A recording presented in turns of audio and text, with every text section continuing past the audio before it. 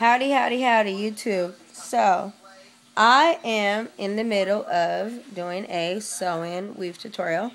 It is the invisible part sewing.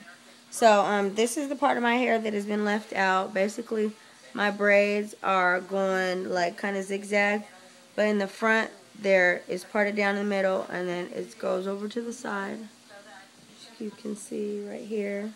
So they go down that way, and then all this is the little middle circle bonnet up here, which I have no braids, and this is the side that I've already completed.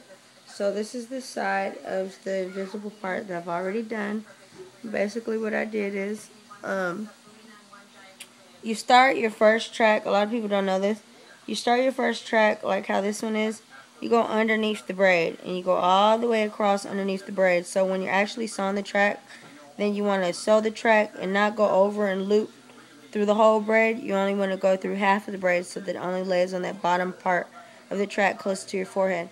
Then when you go to the second track, then you bring the hair over that and you sew that one down with the needle going in an upwards position. You have to use a curved needle, especially when it's really good hair.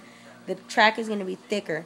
This is the Argini hair, 18-inch, 14 through 16-inch, and 12 through 14-inch. So you have to use a curved needle. If you don't use a curved needle, then it won't come out right because straight needles don't bend. I don't care what any hairstylist says. Even if they say that they're a G, they know what they're doing. The only way they can sew is with a straight needle. Your hair's going to come out fucked up because you cannot do a weave with invisible part or with that really good hair without using a curved needle. You need the curved needle to be able to have the structure of bending and movement to place your tracks exactly where you want to put them. So anyway, after you do that first little underneath track, then you go on top of it, and then you sew that one in an upwards position. So you're going to go with the needle under, you're going to come up, and then back down, up, under, back down, up, under, back down.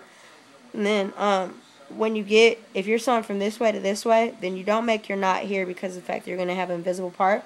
So what you do is, you take your needle from the end of your track, and then you bring it up to the next braid. You loop it up here only once, and then when you start that new track underneath, then that's when you make your knot. So my knot would have been here on this first braid, on this second braid, which is going to cover these two, because remember, you're going to have a track on the bottom, track on the top, and this will be your third track. So at that third track, you're going to bring that needle up, you're going to sew the track on once, and that's where you make your knot. That way your knot's not as close to the thing.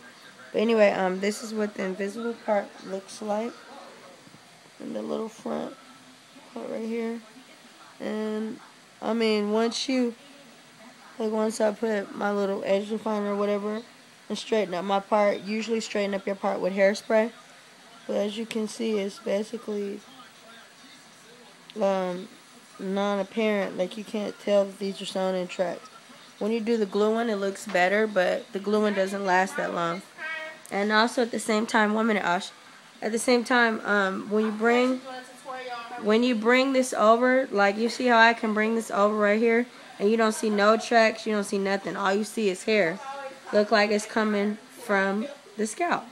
So, yeah, if you guys have any questions, you can hit me at janalisia@gmail.com, JAHNALISIA, or leave me a comment on the comment box on YouTube.